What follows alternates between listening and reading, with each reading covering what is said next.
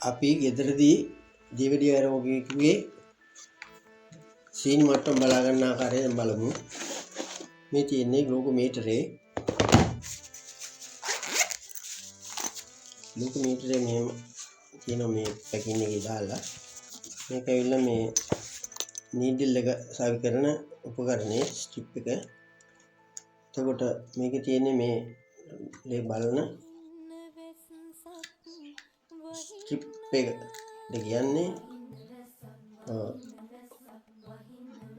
blood glucose test strip.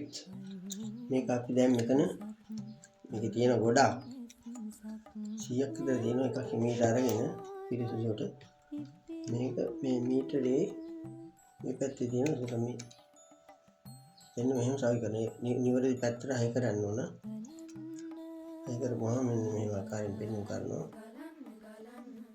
දැන් තියෙන්නේ check කරන්න. දැන් ඒකට අපි පිරිසිදු මේක ලැබෙන සර්ජිකල් ස්පීඩ් වලින් මේක හොවාගෙන ඒ රෝගියාගේ ඇඟිල්ලක පිරිසිදු රේකින් විස බීජාරණය කළා.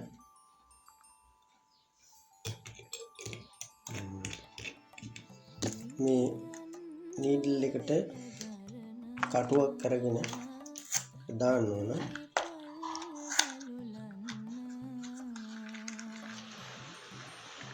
එහෙනම් සවි කරගෙන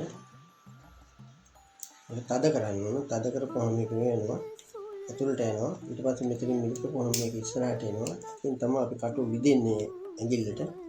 ඊට පස්සේ මේ ඊට පස්සේ තියෙන ආවරණයක් කවරයක් ඒක මෙහෙම කරකොල් ප්ලාස්ටික් කවරයක් නෙවෙයි. මෙතන මේ නිවැරදි සවි කර ගන්න ඕන. මෙතන කට්ටයක් තියෙනවා. කට්ටට වටනම කරකව ගන්න ඕන. මේ නීඩල් එකේ දුර අඩු වැඩි කිරීගෙන නෙමෙයි මෙතන මම මේක මෙහෙම තද කරපුවම වෙන්නේ නීඩල් එකේ දුර වැඩිම වෙනවා. ඊට පස්සේ අපිට මේක විද ගන්න ඕන.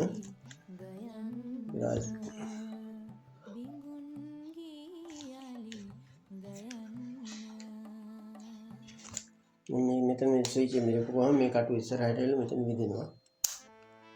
දැන් මෙතන ස්ලිම් සිදුරින් ලේ බින්දුවක් අරගෙන ඒක මේ ස්ට්‍රිප් එකේ මෙතනින් තියලා තිබූ සැනින් ඒක රීඩින් එක ගන්න පටන් ගන්නවා. බින්දුවට ගිහලා 158යි.